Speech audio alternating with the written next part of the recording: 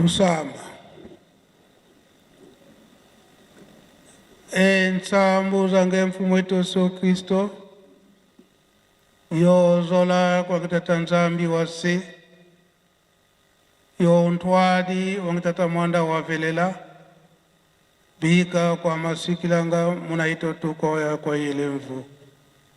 Se ye mwani tata mwanda wavelela. Amen.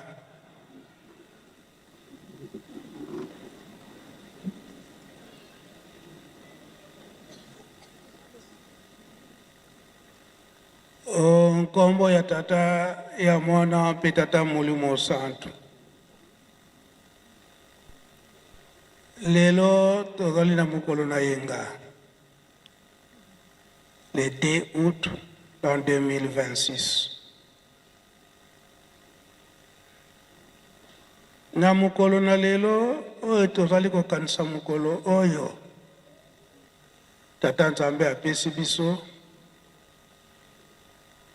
koloba ete kosenga na mabondeli po toza na mikakatano mingi na biso moko na baninga na bakati na bandako na biso.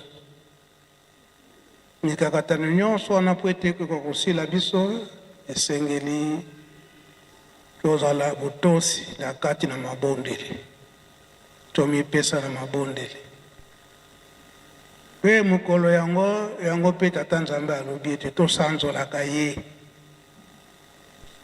Yango tokotalaka mingi na banzembo oyo tokoyembaka, surtout na biso bakimbangiste. Banzembo oyo ezali kopesa biso toli. Na kati na banzembo tozali kozwa ba solution na makambo oyo toza na yango. Na bakati na banzembo ya biso bakimbangiste tozali koteyama. Banzembo ezali koteya biso. Yango nde bakotangelaka biso tango nyonso Psaume de David. Nzembo ya Bayuda. Banzembo o bango babandaki koyemba na ntango ya pasi bazalaki na banzembo na bango. Na ntango na esengo bazalaki na banzembo na bango.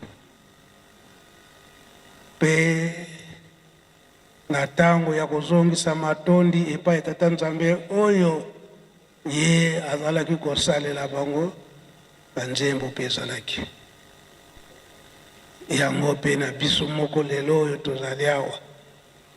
Yango toyokaka ntango nyonso na papa Simon Kimbangu Kiangani koloba ete koyemba nzembo ezali nde kobondela mbala mibale. Tozala bana botosi. Mayeba teyi biso na mukolo na lelo na tata Pasteur ndenge ateyi biso.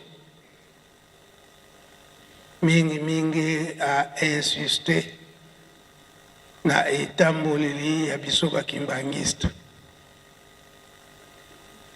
Ekanisi na ye mingi. Tozali kokende na fete na biso ya Ijiki. Oyo ezali mukolo ya mibale le 4 août. Oyo charge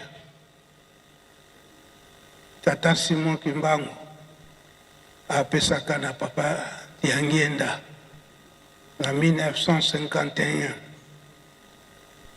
Pamba te ayebaki te mukumba oyo ya komema papa Yangienda ezalaki makasi. Ba jeune to bilenge to biso bato abongola biso na bizaleli ya mabe oyo tozalaki na yango, abongola biso malgré matumboli na kati na ba jeune to na makati na batu oyo ye atambusaki to o bango batambusi bango misato ya bule papa Kisolokele, papa de Alunga na pe papa de Ngenda Kuntima. Babongola biso to koma biso nyonso bapetwi tolanda oyo tata Nzambe alingi. yango na suka na ye papa dengenda alobi te ye atiki mutu libanda te biso nyonso atiki biso na kati na cercle oyo akobima ezali nde buzoba na ye. Biso nyonso tozali kolanda mateyi ndenge tata molimo santo papa Simon Kimbangu tianga nazo kotinda biso tozala bana botosi. Kotosa wana elingi koloba ete tosala oyo Nzambe tata kolo Yesu tata molimo santo mama mwilu bamvoala misato batikali kolakisa biso oyo ya malamu oyo ya mabe totika. Yango papa Kisolokele alobaki na maloba na ye ete na kati na Lingomba tozala na bolingo. Yango mama na likambo tata pasteur ateyi biso alobi motuna eyaka na bayekoli na kolo Yesu mobeko nini oyo eleki makasi oyo tokoki kosimba.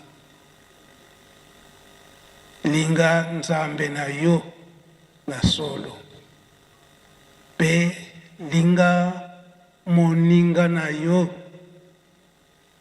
ndenge yo moko omilingaka.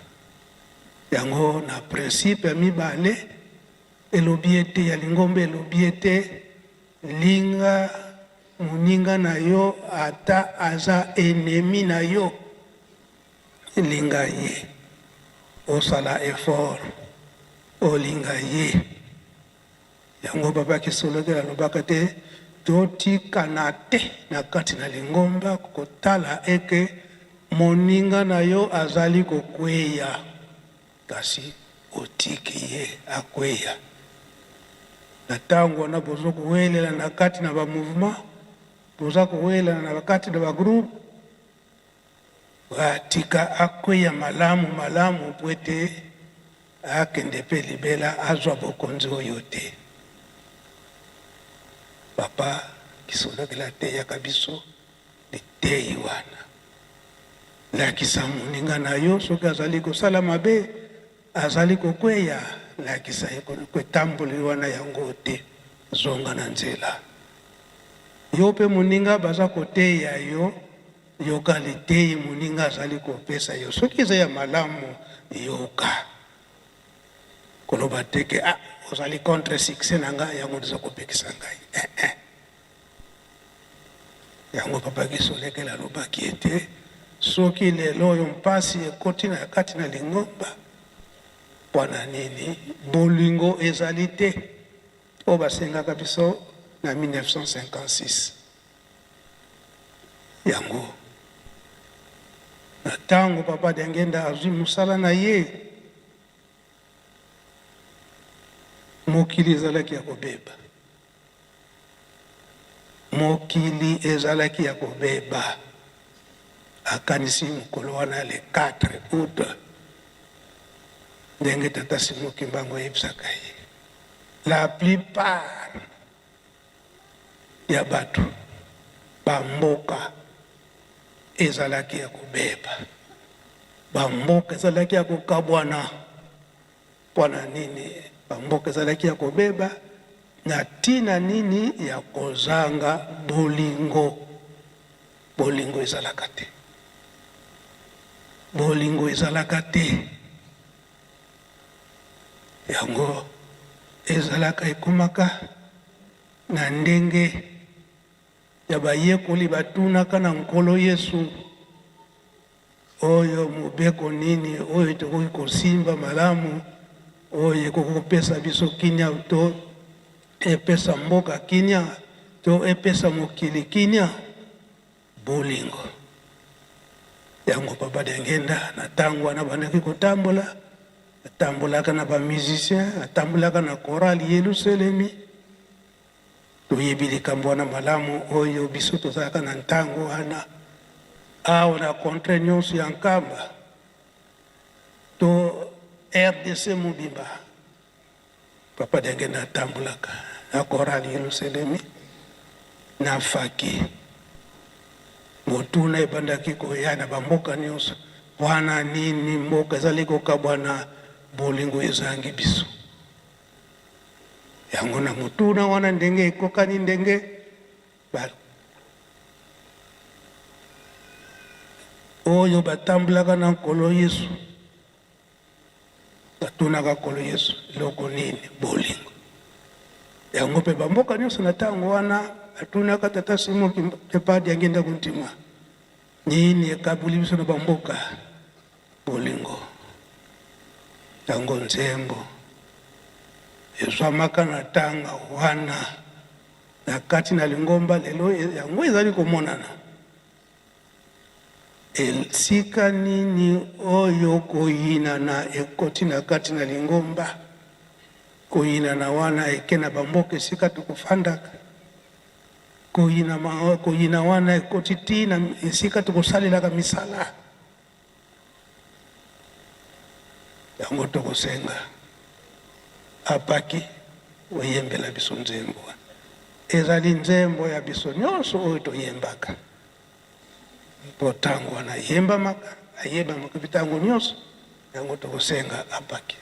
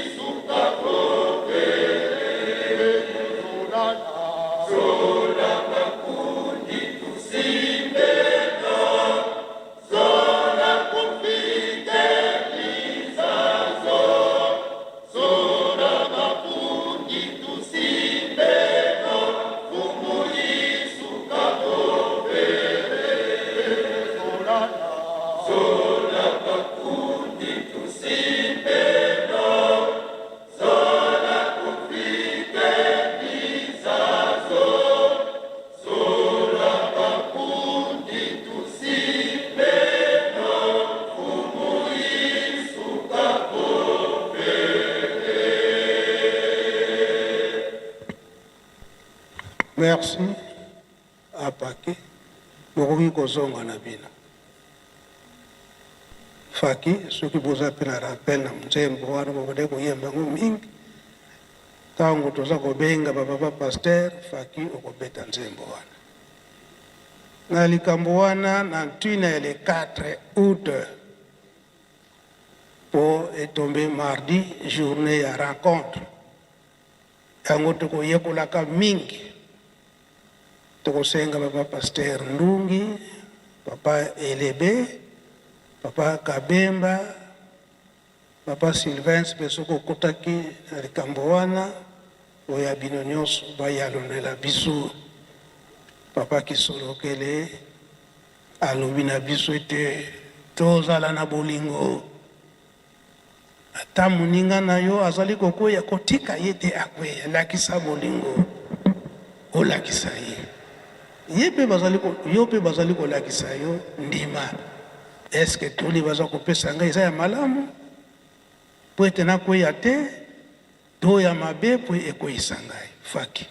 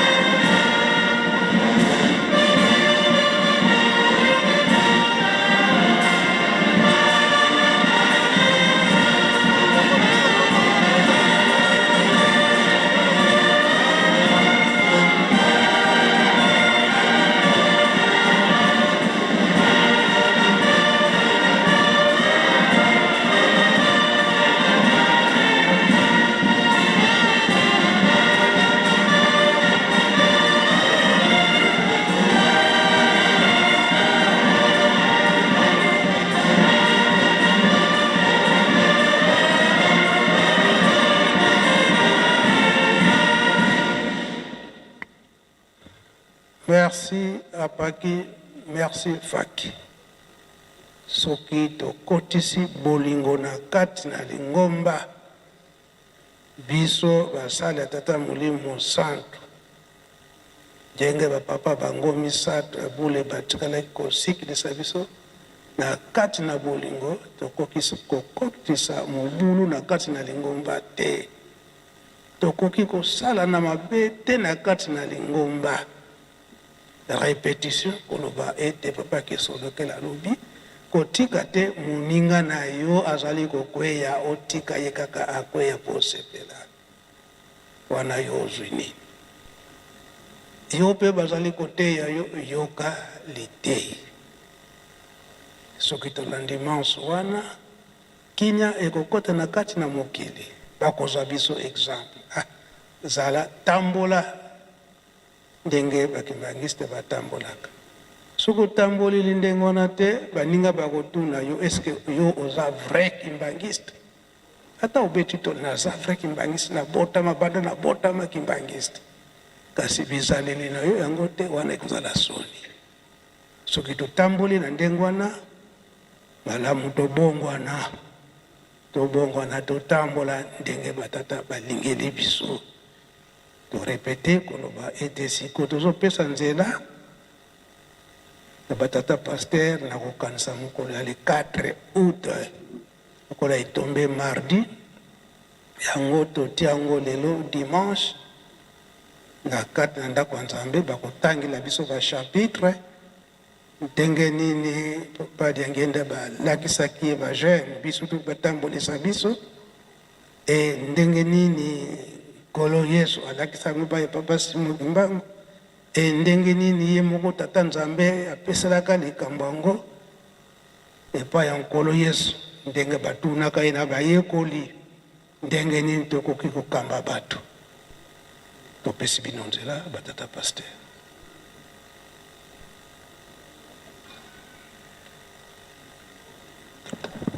Na kombo na tata na mwana pe tata Molimo Santo, merci nkolo na kopesa biso maloba. Nkolo apesi biso mokanda ya Esaïe to Yesaya chapitre 8 verset 18. Esaïe chapitre 8 verset 18 totangi yango boye na komba tata mwana pe tata Molimo Santo.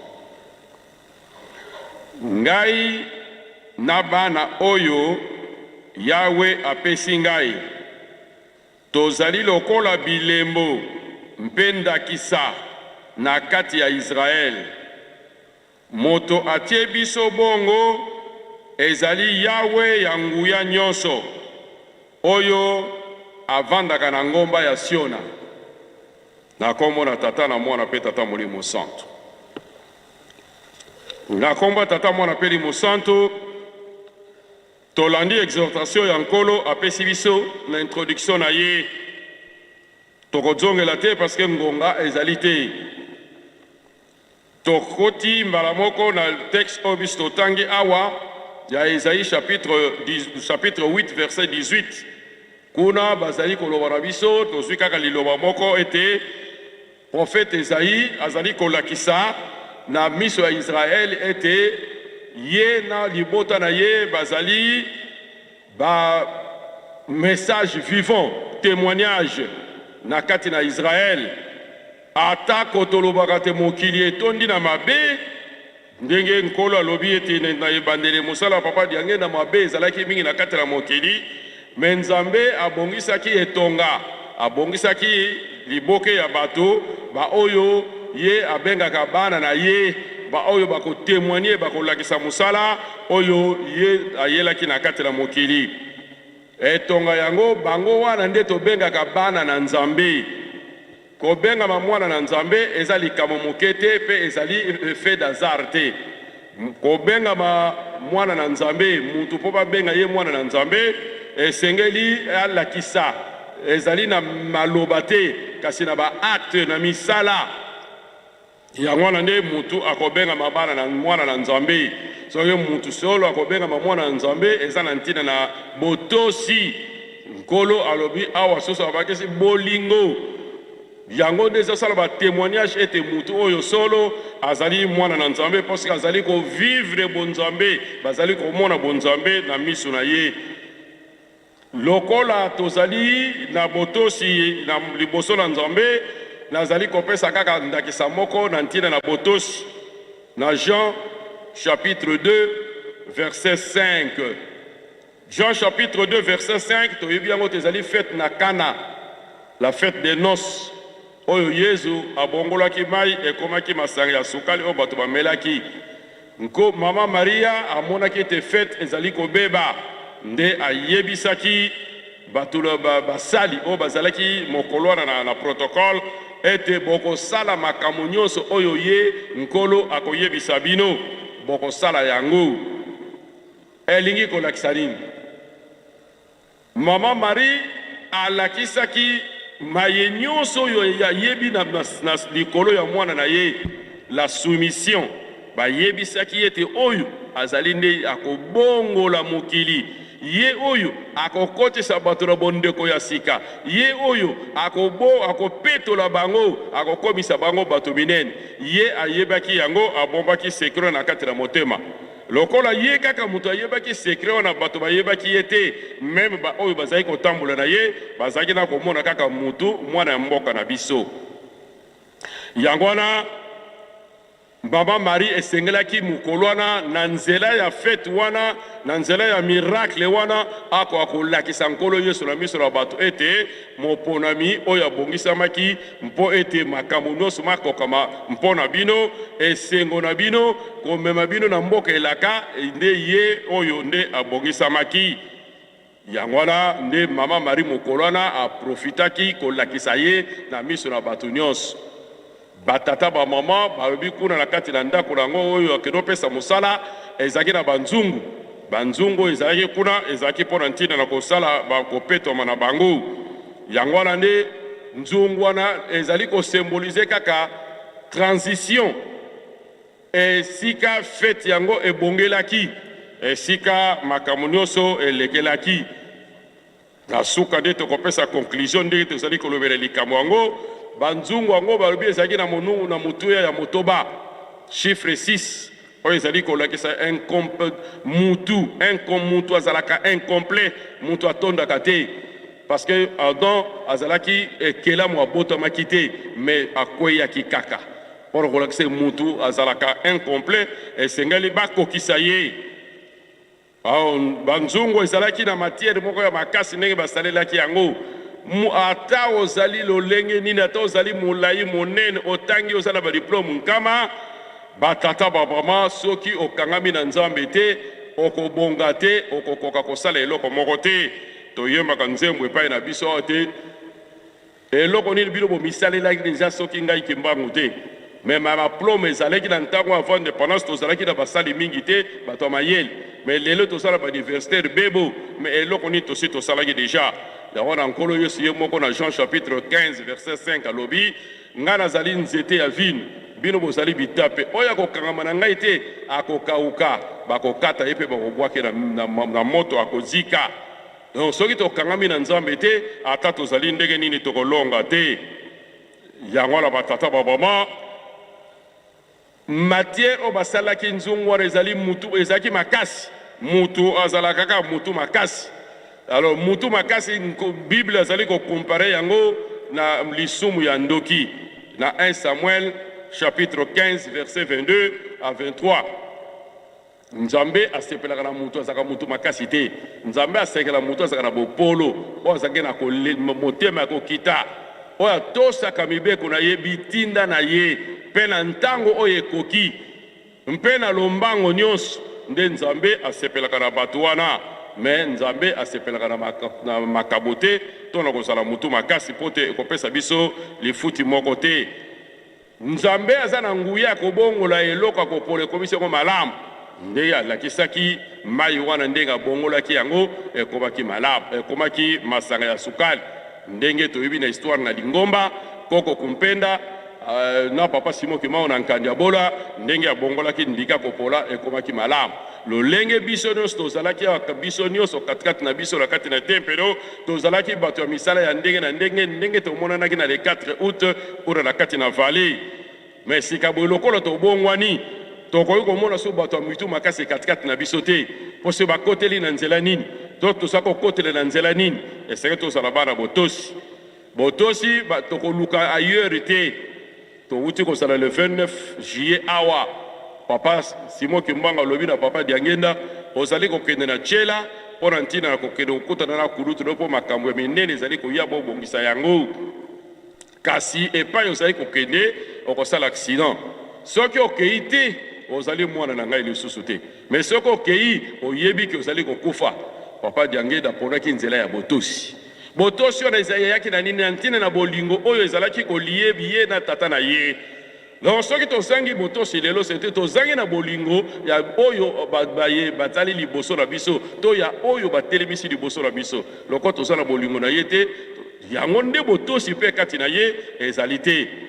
Papa Diangenda aponaki nzela ya bolingo, nzela ya botosi, andimaki kokende kokufa mpe tango akendeki nzambe apourvoyaka toujours na basituation nyonso soki totosi soki totosaki nde nzambe ayebi eloko nini ya abongisaki mais lelo soki tokomi boye se parce que tozangaki kotosa yango na batata bamama esengeli biso totosa pamba te soki tokomi boye ezaki botosi ya Papa Diangenda andimaki mpasi andimaki sacrifice yango nde tomoni lingomba ndenge ekomi lelo tovandi na bakiti ya kitoko tozali kosepela na kati ya ndako ya nzambe ya kitoko.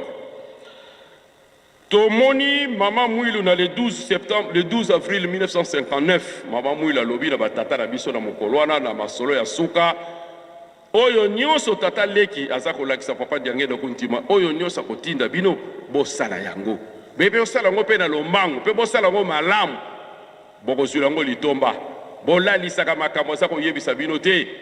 Batata na biso basalaki elongo na Papa Diangenda na complicité na bango tomoni ndenge bayokanaki bake kobeta brique na lutendele baye kotonga ndako nzambe ya matete nde aye kokomisa biso na ndako nzambe oyo tozali mpe na barealisation nyonso tozali komona lokola babongolo soki atindi boyoka botosa mpe bosalela nyonso wana ezo ekangami na bolingo ndenge tata auti kolobela biso yango bongo Papa Mfuma Mbanza yango atika biso alobi na Papa Simo Kimwa Okiangani nkendolo yango na tikeli bino Yerusalem yango na tikeli bino botika kotonga yango toyebi siloga wana ke soki botongi yango te mpasi na bino ekosila te. Batata ba mama basali bandre bazalaki fatigué na ntina na bolingo Papa Diangenda yebaki te liwa ezali na ntina na bolingo likambo yango ezalaki pasi oyo aza na bolingo likambo na te ezali pasi akosala yango akotosa mpe akosalela mais soki ezali komonana te katikati na biso bolingo ezali te ndenge toyoki yango na maloba mpe na nzembo yango na batata bamama basali oyo batiaki mai bayebaki te ke mai tozali kotia kobonga masanga bayebaki ntina nango te bayebaki kaka botondisa mai bayokaki batosi mpe basaleli yango batondisaki mai etamboli ekomi na nkolo na fete mai ebongoni masanga sukali bamelaki botosi na biso bolingo tozala tokozala nango to tozalaka nango lipai ya Papa Mfuma Longo mokonzi ya bule mokonzi ya lingomba soki tokosalela yango na semo na se na motema ndenge Mama Maria ayebaki basekret nyonso oyo bayebisaki ye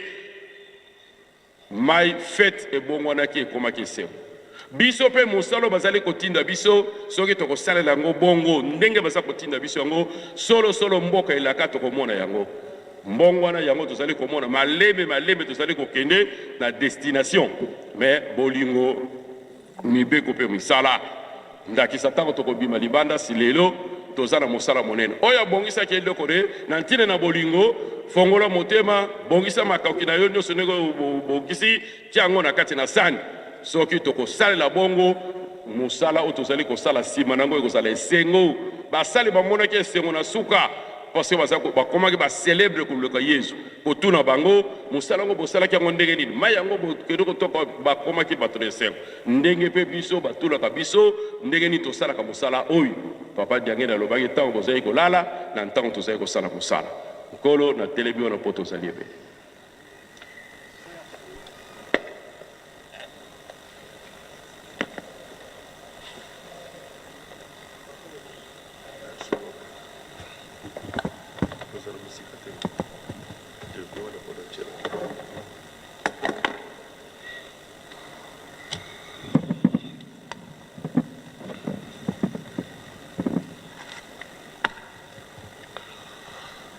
Kolo, merci pour la maloba. Na comment na tata moana tata moyo mon centre. D'abord contexte historique. 1951, le 4 août, et Zalaki li Kamoto Koko Kamata 1951 en général, et Zalaki Mobo Moko, il y a décision macasse. Et epai na biso na Lingomba tata Kimbangu atiki biso na 1951 et na 1951 wana ye mpe azali kotika biso mpe azali kobotama wana eza mystère na ye atiki biso le 12 octobre 1951 le 12 octobre aussi 1951 papa Kimbangu mpe abotami awa na nkamba Yerusalem na sika. Et en 1951 mpe ezalaki mobu oyo Léopold III pardon atikaki poste na ye to ebonga na ye trône na ye na mwana na ye roi Baudouin. À partir de ce moment-là tokomaki na ligne droite ya indépendance en Afrique et na mboka na biso en particulier. Mais tolobi likambo moko mpe très important elekaki dans le 4 août. ezalaki mokolo yango ntango mama Mbete mama Bibi aboti mwana akufaki 4 août 1951 ntango ye akufi kompani ya ngenda ye moko ayebisaki biso likambo wana abondelaki na tata na ye ntango akendaki kosekisa mama Bibi abondeli na morgue abondeli papa Kimbangu apesi ye réponse alobi mwasi na yo ya solo asili kowa azali awa esika nga nazali me natali mibeko oyo nga napesaki na yo namoni ozali na kati na mibeko mpe na kati na botosi mibeko wana solo yango wana nazongiseli yo mwasi na yo mpo ozala na esengo epai mwana epai mpe molongani na yo yango wana mama Bibi asekwaki mpe tata azalaki na esengo batata bamama ndenge biso toyoki na exhortation ya nkolo azali kopesa biso likambo na bolingo batata bapesaki biso makambo wana misato il faut les associer bolingo mibeko mpe misala mibeko période biso tokomi na yango lokola période ezalaka wana ezali période moko ya décision chaque fois que tata molio mosante papa Simon Kimbangu Tshangana azopesa biso ba orientation ba mateya oyo il faut tokamata yango avec le plus grand sérieux parce que c'est un signe de temps soki ozali na bolingo ya solo soki ozali na mibeko Nzambe akoyoka libondeli na yo akochange sort na yo likambo ezali ya pasi ata liwa abongoli yango ekomi victoire ekomi esengo mibeko e batata bamama moto oyo azali na botosi azali kosala misala oyo ezali kotinda mpona kolakisa mbuma ya shwa na ye parce que une fois sans œuvre est une fois morte moto wana Nzambe akusepelaka na ye mpo na nini atikeli biso totonga Yerusalem na sika. Par rapport na contexte ya mwana nde biso tolobaki tosalaki mwa rappel wana tokoki kokende molai te faute de temps batata bamama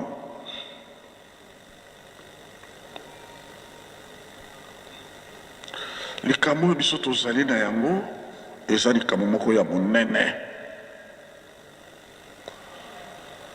tolo arapele biso ke banzembo alobi 1 epesaka biso batoli banzembo 2 epesaka biso basolution banzembo 3 epesaka biso matei ainsi de suite asaleli biso yango développement touti kolanda ngo na kati exhortation na ye mais nalingi kaka nasalaka mwa rappel moke na 3 nzembo oyo ekolakisa biso importance ya likambo biso toyoki na texte biso tolandi nzembo ya liboso ntango bajeune bakotaki basacrifice bajeune bamipesaki epai na tata Nzambe mpe bakabwanaki na mabe na bango Nzambe asepelaki na bango makasi sika boye apesaki biso solution totonga temple oyo tozali na yango na nkamba Yerusalem na sika ntango totosi temple oyo esili banjelo na likolo bapesi nzembo. Botosi botosi ngai satana sepeli te, na manso bosali ngai satana kufi soni, nakopesa na bino nini ye bana nanga, tikete tata pesa bino ebele ya nguya. Elonga emonani, elonga emonani, elonga emonani, bana bokosepela. Botosi oyo biso totosaki mpona kotonga temple oyo ya Elaka oyo esakolabaka depuis 1921, e temple yango ezali kaka oyo moko, esika mosusu te. Botosi wana totosaki, tata asepelaki makasi mpe apesaki Elaka ete tata akopesa bino ebele na nguya. Bajeune oyo bazali na botosi na tata Molimo Mosantu na 1951 atiki nzoto, na 1951 ye wana abimi azali kati na biso bomoi tata Simon Kimbangu Kiangani. Eske yo ozali kotosa ye na mokolo mwa lelo? Ba oyo bazali na botosi na ye, ye nde akopesa bango ebele na nguya, bakosala mosala na kati na mokili elandami na nzembo mosusu mpo ezali source ya inspiration na biso. Nzembo ya mibale naza kopesa yango bino moko bokende kosala yango méditation. Référence na nzembo mibale: faites-moi confiance et je ferai de vous des hommes qualifiés dans tous les domaines. Baoyo bazali kotosa ye, baoyo bazali kolanda ndenge ye azali kopesela biso bolingo mpe misala, baoyo balingi ye, batosi ye, bayebi ye te, bandimeli ye te ye azali tata Molimo Mosantu, ye alobi faites-moi confiance, je ferai de vous des hommes qualifiés dans tous les domaines et le monde saura de quoi je suis capable. Est-ce que yo tosaka ye? Est-ce que yo lingaka ye? Est-ce que yo tindabelaka ye mpo ete ayeba kopesa yo nguya, ayeba kosalela yo, ayeba konetola yo ozala savant, ayeba kotransforme yo, mokili babanga yo bapesa yo lokumu? Est-ce que yo ozala kati na programme wana? Nkolo ayebisi biso alobi baoyo bazali kotosa, ozali koteyama, soki yo ndimi, soki yo tosi, yo ozali na droite. Mais soki yo kangi motema oboyi kotosa, oboyi kondima, oboyi kolanda toli bazali kopesa yo, okomi na gauche. Choix ya yo moko. Dernier cantique naosala bino rappel: vous êtes des ambassadeurs, les serviteurs, les soldats bien armés du Seigneur. Répandez sa parole dans le monde entier. Est-ce que tata maman yo bakoki kotia yo na molongo ya ambassadeur ya tata Molimo Mosantu? Est-ce que bakoki kotia yo serviteur ya tata Molimo Mosantu? Est-ce que bakoki kotia yo soldat bien armé oyo yende akotinda kosala mosala ne na kati na mokili? Bobele soko zala botosi. Et enfin, pour terminer, en 1992, papa Kisolokele, wana papa Kisolokele ateki biso tango tozali kokamata nzoto na papa Kulutu, papa Kisolokele, Dieu le Père, kokota na kati Kilongo. Papa Diangenda dans ce temple azwaki liloba alobi boye: les jours à venir, le 24 mars 1992, les jours d'avenir, vous verrez les vrais kimagistes, ils feront la démonstration. Les vrais kimagistes. Est-ce que vous allez vrais croyants kimagistes? Parce que promesse, ils feront des démonstrations. Vous retrouvez ça. Est-ce que vous allez vrais croyants? Est-ce que vous allez botos, na bolingo, na mibeko, na misala? Et Saint Paul avait déjà averti. Le monde attend avec impatience. Romains chapitre 8, verset 18 à 19.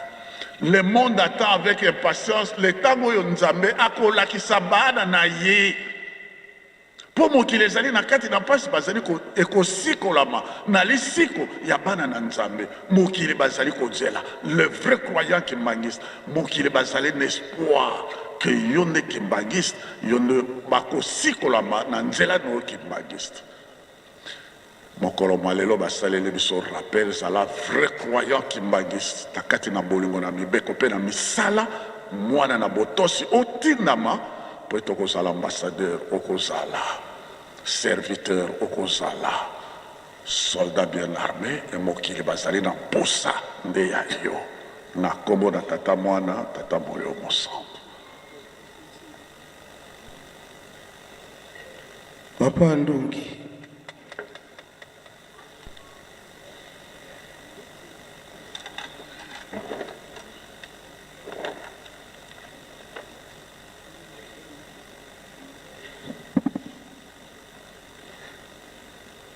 Na kombo na tata na mwana pe tata Molimo Mosantu. Mokonzi Nzambe merci mingi. Oasosie ngai na baninga kati na kulia ya mokolo mwalelo. Kasi ngai na zuba passage biblique mibale. Ngai na kotanga yango awate. Mais oyo ayaki na Bible na ye awa akoma ba passage oyo parce que ezali na beaucoup de nécessité. Soko néglige ba passage biblique oyo noki okende komema ngambo ke olongi te. Soki tozali na Bible tokotanga na Nouveau Testament na Évangile selon Saint Marc chapitre 3, verset 28e tina 29e. Susu bakoma kamwa malembe. Évangile selon Marc, chapitre 3, verset 28 à 29. Okotanga na deuxième péricope ya Évangile selon Matthieu, chapitre 12, banana verset ya ntukumi satu na moko tina ntukumi satu na mibale. Soki toponi ba verset oyo, pona mokili tovandi tata Molimo Mosantu awuti kosala likambo ya monene. Mais on dirait mokili ezalaki na distraction. Likambo papa Simon Kimbangu Kiangani asaleli biso eza monene. Ye alobi ete na limbisi na lingala. Évangile selon Marc. Ezana boyokani ya sika na Nouveau Testament. Évangile selon Saint Marc. Malako peut-être. Sango malamu ya Malako. Chapitre ya misatu. Nzela ya ntukumi bale na mwambi. Tina ntukumi bale na libwa. Ndeo keina matai. Na likabo ya zomi na mibale. Nzela ya tukumi satu na moko. Tina ntukumi satu na mibale. Ngai na sali rappel kati na biso. Ke tata Molimo Mosantu awuti kosali la biso likambo ya monene. Oyo ba Kristu na bikeke nyonso bazalaki kozela. Bamona kite ngai na yotomoni yango. Ya kolimbisa masumu nyonso ya batu. Papa alimbisi masumu. Pona komoni sete azali kati na tata na mwana na ye Molimo Mosantu. Doctrine wana ya kolimbisa masumu ba grand théologien nyonso bayebi yango babengi yango na grec apokatastase. Mais maintenant awa Nzambe alimbisi mokili apokatastase. Apokatastase ona langue grecque. Ba mangomba nyonso bazelaki yango eske Nzambe yatindeka kaka batu na pasi akoki ko accorde solution te na bapasi ya batu banso. Yango topesi ba passage biblique oyo tango okende kotanga yango okobanga kotuka tata molimo mosantu toko tiola bitinda tata molimo mosantu apesi yo apokatastase. Ba mama na ngai na batata toyebi ke na mangomba mingi bakoki kondima tata Nzambe azali na mangomba mususu même le Seigneur Jésus-Christ bazali kondima yete ke azali égal au Père. Et pourtant na concile de Nicée na liyanga ni ya Nicée soko zali chrétien ondimilaka ke Seigneur Jésus-Christ azali ndenge moko na tata. Donc makata maki na 325 kune na Nicée banganga Nzambe bazalaki plus de 300. Mais par miracle ba évêque bazoko kate kopesa réponse est-ce que na tata Nzambe na ye Jésus-Christ bazali ndenge nini ba évêque ba ishuwati. Mais diacre moko akotaki na kati na liyangani diacre Athanase. Diacre Athanase atombolaki mosapi baboyaki kopesa ye maloba parce que alataki elamba ya ba évêque te. Mais na insistance baiko accorder ye quand même parole alobiete na tata Nzambe na mukunzi Yesu Kristo bazali na même nature, bazali homoousios, bazali de même nature.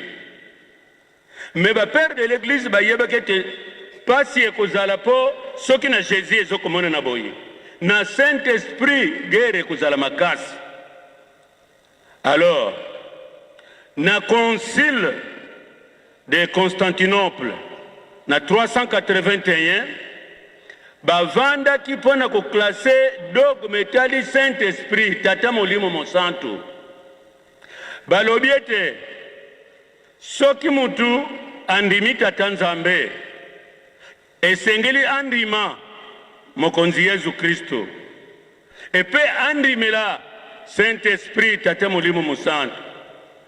Jésus azali Nzambe, tata Nzambe azali, Saint-Esprit pe azali Nzambe. Phrase oyo depuis na lobaka yango na mangomba nyonso na monde nanu ba contredisa ngai te. Opera Trinitatis bazali misatu, opération na bango opera Trinitatis ad extra na bumoto okoko parvenir ko comprendre te. Ad extra indivisa sunto okoko kabula bango te. Abraham ayambaki pericorese bango misatu yako koka. Bango ba papa basalaki mouvement pericorétique. Mokolo mususu ngai na yoga kina papa ndiende kitango tokendiki kotala koko Abraham. Seke bango bazalaki baito salaki voyage na Zambie totinda makina tata mokonzi wa bule papa Simo Kimbangu kiangai. Ngai tangu wana nazali pasteur communal na Njili. Tangu touti Zambie tokomi na Lubumbashi. Me papa Simo Kimbangu kianga ni asala kilikambo. Na batela kayango. Na loba kayango. Nini asala ki? Tovandi na Lubumbashi tozalaki na chambre 3 personnes. Baito kendiki tangu na zako loba bazako landa makambo na zo lobawa. Oyo ezali chair de vérité. mutu akoko yate awa po ya kokosa makama tozalaki na pokwa tozosolola na biso touti na Zambi tozali maintenant na Lubumbashi ngai nazali epai na ngai masolo na mbeto esika nazali namona kaka papa Simon Kimbangu Kiangani ayi kokotela biso me biso masolo mazali papa alobi na ngai mbuta ndungi na ikozwa yo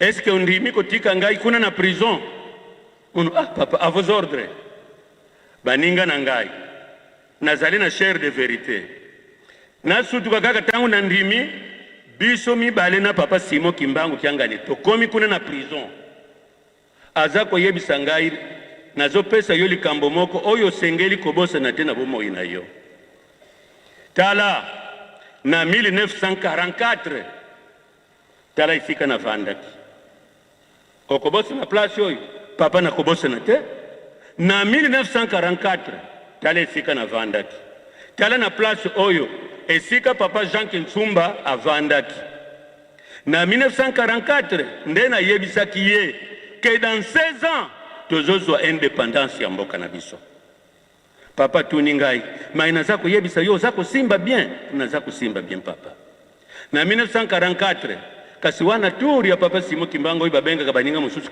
ya liputa mais moi j'ai compris parce que ye azali éternel titre na ye yango wana donc atalisi ngai nabosana te natatulaka yango tango tosilisi alobi na ngai tozonga nasutuka nazali kaka na baninga natuni bango bayaya eseke ndenge tozali awa biso misato ngai nazalaki na place na ngai awa bango balobi tosali kate ngai eske nazalaki awa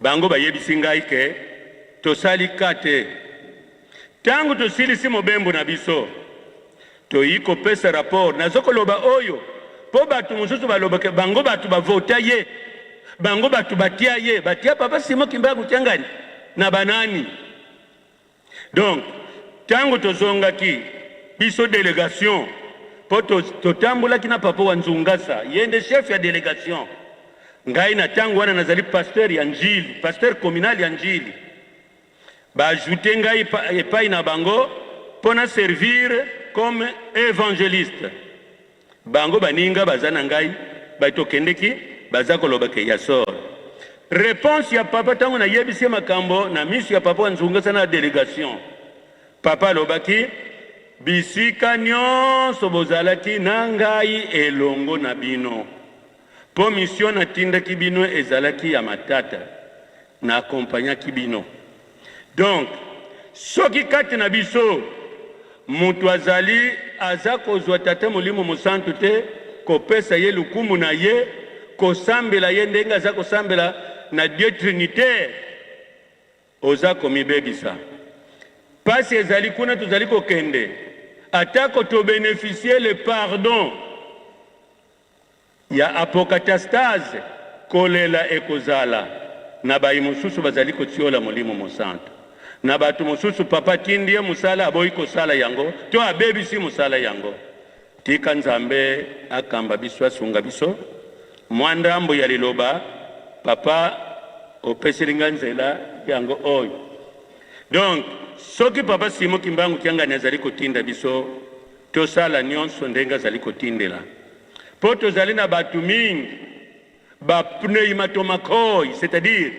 batu mosusu wana soko teyi bango pona Saint-Esprit bakotikala kondimela yo te terme yango wana babengaka bango na batheologien bapneumatomacoi na kombo na tata na mwana pe molimo santo. Merci papa Ndungi, topesi papa Sylvain.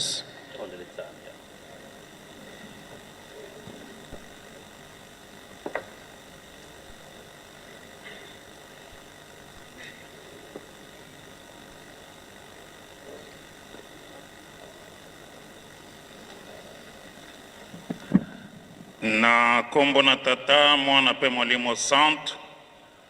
Papa merci pona malobo pesi biso biso banso tolande na bokebi nyonso maloba papa apesi biso soki ainvite biso ezali mpo bainstaura système na baveille nyonso ya bafete mardi wana epresedaka balimbolaka biso ntina ya evenema yango monene na yango mpe mozindo na yango mpo ete ezala baconcerne na fete ezala biso nyonso bakimbangisi mpe basympathisant tokwa kozwa mayele kondima mpe toyeba histoire ndenge makambo yango elekaki. Donc eza en même temps formation bapapa bazali kopesa na biso lokola mardi ekozala le 4 août yango nde mardi rencontre ezalaka yango papa aprofite mpona koloba na biso ntina ya le 4 août toyoki yango histoire na yango mpe révérend elebe abrose yango moke toyebi ke ezali mokolo oyo papa Simon Kimbangu alakisaki na mwana na ye papa Diangenda bajeune oyo ye akosala na bango mpo ya solo tata na ye aponaki ye mpo akitana na ye to akamba lingomba kimbangiste me ye azalaki komituna to azalaki na susi na kosala na banani nde mokolo ya le 4 août na 1951 ndenge papa alobi na biso nde tata na ye papa Simon Kimbangu alakisaki ye na vallée bajeune oyo akosala na bango e majorité bazalaki bato ya yauli ya mobulu bato mabe babandi hors cadre bato nekobo ya moyibi alobi yondo kobongola bango bakoma utile pona tata nzambe to na lingomba pe na société c'est-à-dire olongola bango na mabe okomisa bango na malamu balongwa bana ya satana bakoma bana banzambe tala mission monene papa Diangenda azwaki epai ya tata na ye ndenge nkolo Yesu mpe azwaki epai ya tata na ye ndenge mpe papa Simon Kimbangu azwaki epai ya nkolo Yesu ndenge ye papa Diangenda to bamvoala bazwaki epai ya tata na bango ndenge mpe papa Simon Kimbangu Kiangani azwaki epai ya batata yango azali koencadre biso mpe azali kobenga ntango nyonso papa conseil direct azalaki témoin ya 5 mois mpona koteya biso bajeune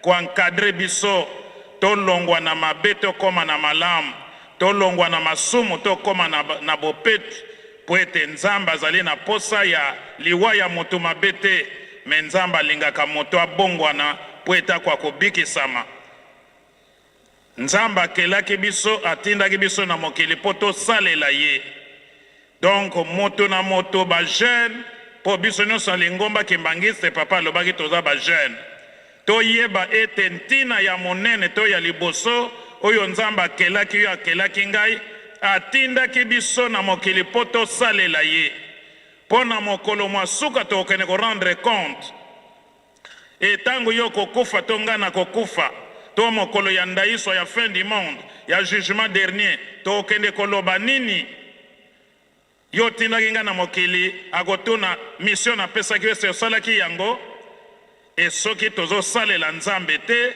alors kosalela ye mpe na solo soki bongo te tokosambisama mpe tokokende lifelo yango lokola ntango ezali nano tosala malamu mpo na nzambe tosala malamu mpo na nzambe meme na Jacques chapitre 4 verset 17 balobi yo moto oyebi makambo ya malamu okoki kosala me soki ozali kosala yango te ezali lisumu c'est-à-dire toyebi malamu toko kosala bolingo mibeko misala me soki tozali kosala yango te ezali lisumu yango papa conseiller direct apesi biso matei oyo papa kisolokeli apesaki aza koloba ete soki omoni moninga na faiblesse to na mbeba to na masumu to na mabe teya ye longola ye na mabe komisa ye na malamu mais au contraire biso ebele tozali kotindika bato nde na masumu tozotindika bato na pasi po ete ye akweya nga nazwa boye to nakoma esika wana to ekoma ya biso wana ezali bonzambe te donc toyekola kokoma bana ya nzambe bolingo yango papa alobi kolois même oteye ndenge papa rappelé makambo te ya teyaki mobeko nini eleki nyonso linga nzambe na yo na motema na yo mobimba na makanisi na yo nyonso pe na mayele na yo nyonso pe linga moninga na yo ndenge okomi lingaka c'est-à-dire tolinga nzambe totia mayele na biso makasi na biso au service ya nzambe me mayele na biso ezala mpona kodétruire lingomba te mpona kobebisa lingomba te me mayele na biso ezala mpona kosunga nzambe mpo lingomba na ye ekende liboso mpe tolinga baninga na biso bato ndenge biso moko tomilingaka likambo omoni ke soki basali okosepela te kosala yango na moninga te likambo omoni ke soki basali ngai nakosepela sala yango mpe na baninga basepela soki tokomi na esika wana tobengami bana banzambe yango posa ya bapapa yango wana na matei oyo bayaki kopesa biso ezali synthèse to résumé ya bible bolingo mibeko misala soki tozali kosala yango tolingi nzambe na biso tolingi mpe baninga tozali kotosa mibeko ya nzambe mibeko ya lingoma meme ya leta mpe tozosala misala nzambe na esengo mpe na motema moko nzambe akosepela mpe bilaka ekokende mokuse yango passage mama na likambo na esika wana ndenge papa apesi biso lokola le 4 août ezali kobelema mama na likambo ezali to susi ya bapapa ezali encadrement ya jeunesse devoir ya biso mpo to encadre bajeune yango papa asalaka chaque mardi mpe lelo papa asali yango na occasion oyo mpo ete mardi yango ekozala nde le 4 août passage biblique oyo ezali kokangama na likambo papa akisolokela alobaki tokokozwa na Jacques mokanda ya Yakobo chapitre 9 plutôt chapitre 5 verset 19 à 20 Jacques to Yakobo chapitre 5 verset 19 à 20 na français balobi mes frères si quelqu'un parmi vous s'est égaré loin de la vérité et qu'un autre lui ramène, qu'il sache que celui qui ramènera un pécheur de la voie où il s'est égaré sauvera une âme de la mort et couvrira une multitude de péchés. Mokolo mosusu nazalaki tant nazalaki na Kinshasa comme pasteur provincial to représentant provincial t'organisaki séminaire ya renforcement des capacités en faveur ya banganga nzambe to invitaki bancien ya kalo bazalaki na papa Diangenda mpo baya kopesa biso mpe ba témoignage to invitaki révérend Tsumbu mpe ya son âme apesaki biso témoignage ekokani na passage oyo alobi papa Diangenda alobaki ka ndenge papa alobi soki moto ateyi moto to alongoli ye na mabeto na masumu ya moto wana ekolimbisama c'est-à-dire yo moto oteyi moninga yo moto olongoli ye na nzela ya mabe ndenge mpe Jacques 5 19 à 20 elobi na masumu na yo moto ozoteya ye olongoli ye na mabe masumu na yo mpe ekolimbisama c'est-à-dire okokota na likolo na service orendre nzambe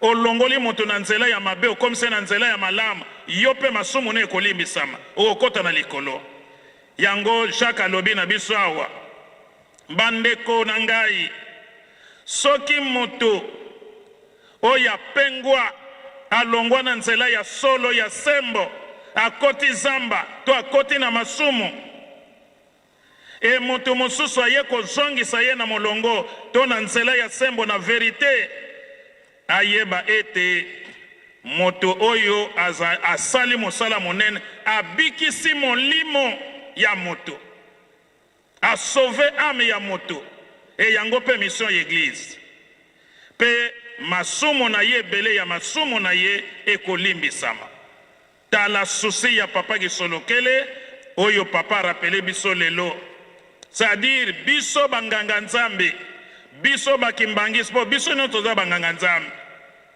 entre guillemets bien sûr toteya baninga oyo bazali koluka kobunga koluka te kaka koma na mpasi kotindika ye na lifelo te me luko sauve ye tango ko sauve molimo wana na yo pe masumu no ekolimbisama na nga pe masumu na nge ekolimbisama. Me nini tozali komona ebele tozali koluka kotindika bato na mpasi, kotindika bato na masumu, kotindika bato na lifelo. Yango te mission ya biso bandimi bana ya Papa Simon Kimbangu. Yango papa rappele biso lelo na souci encadrement ya ba jeune tokoka kote ya baningo tomoni ke bazali faible, baningo bazali ko comprendre te, baningo yo bapengwi zongisa ye na molongo, longola ye na masumu, akoma na bopetwi pwete akota na lola pe benga mamwana na nzambe.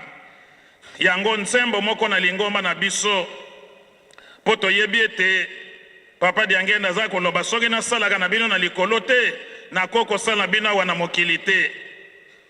Nde nsembo mosusu ya eye ko confirmer maloba Papa Diangenda. Na uta na bino na likolo pona kotonga lingomba ya Molimo Santu boyika mpiko na misala pwete bilaka bilongana. Tala mission na biso toyelaki na mokili pe tokotaki na lingomba, azwaki biso towutaki na ye kuna na likolo. Yango Papa Diangenda za koloba soki nasalaka na bino na likolo te na lola te nakoki kosala bino awa na mokili te. Akitaki na biso awa na se po totonga lingomba ya Molimo Santu, toyika mpiko na misala, ba jeune tolemba te, bakimbangise tolemba te na misala. Yango pe mission ya Molimo Santu. Yango papa alobaka ete misala ekomi baka baka oyo liboso esili te mosusu eye ezali mission ya Molimo Santu. Yokota sala zwa mapamboli ntina tokitaki na yawa na mokili yango wana. Yango atei biso toyika mpiko na misala po bilaka bilongana. Me soki tolembi na misala bilaka ezozonga nsima, nani sikoyo akoyimayima? Kaka yo moko komona pasi. Donc toyeba ke towutaki na ye na likolo, tokitaki na ye awa na se po totonga lingomba Molimo Santu. Zala fier pe zala na esengo ete ozali kimbangiste po ete kokoma kimbangiste ezali une élection divine. Mission atindaki yo na mokili yango wana. Atiki batu mosusu parfois pe baza na mbongo ebele pe kondima, me atiki bango aponi kaka yo. Zala fier, zala nesengo ete oyebani epa na ye. Me mama na likambo foko sala volonté ya mokonzi, volonté ya Nzambe. Pe nzembo elobi biso tokotambwisa mokili oyo na lolenge ya kimbangu, bolingo, mibeko, misala. Yango nde ndakisa ya bandimi. Otali tokotambisa mokili na lolenge ya sika ya kimbangu, na nzela na ndenge ya bolingo, mibeko, misala. Kuna na se balobi yango nde ndakisa ya bandimi. Yango batata pe ba mama toyika mpiko. Kuna na suka balobi bandimi na ngai bomi batela pe bomi petola po bilaka bilongana. Donc leson ya suka yango wana lokola papa pone biso tokotambwisa mokili na lolenge ya sika ya Tata Simon Kimbangu. Alors asengi na biso atei biso tomi batela ba jeune, tomi batela pwete bilaka bilongana pe tomi petola.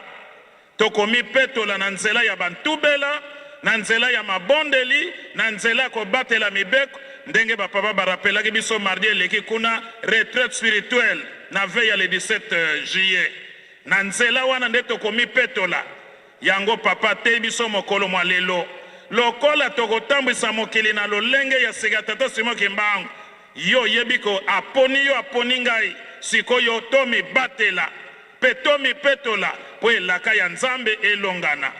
Na kanisi susi ya papa ezali po na encadrement na biso ba jeune totelema sima ya Papa Simon Kimbangu kiangani. Tolongwa na ba distraction nyonso wana eza bisengo mokili sata bwaki pona kolongola yo na nzela ya Tata Kimbangu, nzela ko bikisa yo, nzela ko komisa yo mutu monene poete olanda ye. Me biso to mibatela poete elaka ya Nzambe longa na peto mipetola. Na kanisi papa oyo tokoki koloba moke na sujet opesi biso yango wana na kombo na tata mwana mpe molimo santo. Merci, Papa Sylvestre. Wana kosilisa tokozongisa Papa Kabemba na micro na chapitre oyo atangeli biso koloba ete makambo nyonso oyo kotambulisa mokili oyo kotambulisa lingomba oyo tata Simoki Mbangu ekouta bele na Yerusalem. Yango nzembo Papa Elebe ayembi oyo faites-moi confiance. Les lois qui dirigeront ce monde et notre Église viendront d'Enkamba, Jérusalem, la nouvelle Jérusalem. Et papa. Merci Kolo, l'opposition qui s'est lagage Baloba. Nazali Kotanga pour nous rafraîchir la mémoire. Nazongeli verset comme Ezali Kakamoko, Esaïe chapitre 8, verset 18. Elobi boye ngai na bana oyo Yahweh apesi ngai tozali lokola bilembo mpenda kisa na kati ya Israël. Moto atie biso bongo ezali Yahweh ya nguya nyonso oyo avandaka na ngomba ya Siona. Moto atie biso bongo ezali Yahweh oyo avandaka na ngomba na Siona. Potanga ngoma malamu na psaume 87. Ngana lobika ka psaume 87 verset 1 à 3, ben yotanga psaume 87 mobimba, peut-être au moins on a na ba référence mosusu po tozo salela ngonga. Ba tata ba mama Siona nkolo alobi esika oyo euta ka mibeko oyo kotambusa mokili mobimba mpe ba confirmer biso ngo na nzembo. Siona ezali kolakisa ngomba ya Yerusalemi. Ngomba oyo ezalaki liboso mboka ya David. Mais sima nde ekomaki mboka ya tata Nzambe kolo spe tata molimo santo lokola bisto vandi awa toyebi te nkamba ezalaki liboso mbanzabola mais lelo nkamba yango ekomi Yerusalemi ya sika ndenge nkolo Yesu pesaki yango na buto ya le 5 le 6 avril na 1921 esika tempelo banda kuna na ntango na kala tempelo ya Nzambe eseliki etongama na mboka na ngomba ya Siona. Esika mibeko ekobimaka na ngomba Siona. Mibeko nyonso ekotambusa mokili mobimba. Oyo nde tolandi na nzembo ekowuta na Siona. Esika mosusu te Siona nde moto ebimisaka mibeko ya oyo ekotambusa mokili mobimba. Pote tata Nzambe nkolo spe molimo santo bavandi na kati na Siona. Siona ezali mboka ya lisanga, mboka ya bolingo, ezali mboka ya kimia. Na Siona mubulu turbulence ezalaka te, violence ezalaka te.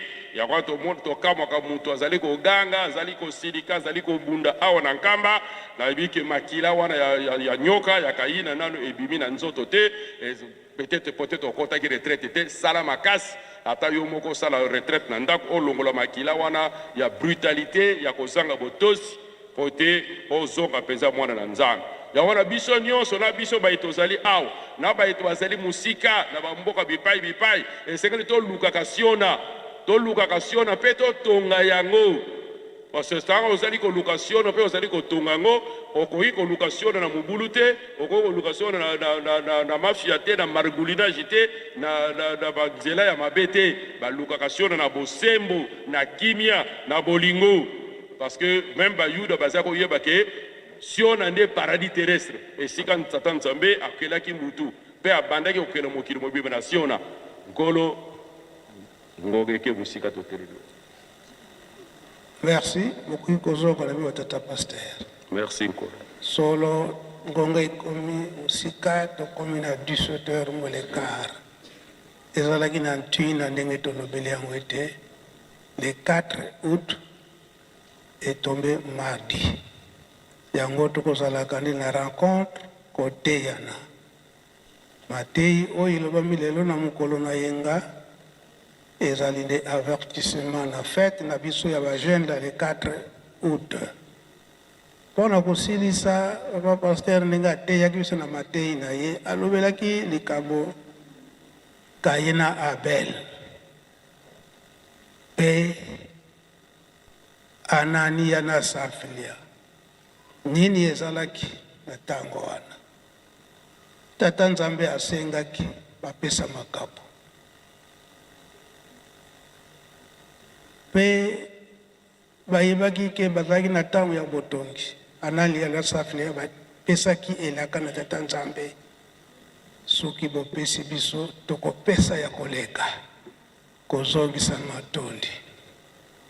Lelo oyo papa Simuki Mbangu Kiangani le 2 août na ntina na misala ya Yerusalemi asengi biso yambo demande spéciale ya croyant nyonso kimbangisi to mutu nyonso alingi ezala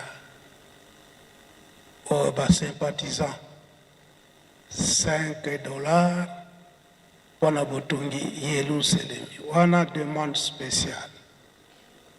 Pe tinsani oyo ekosalamaka batata na bamama toujours mpona botongi Yerusalemi.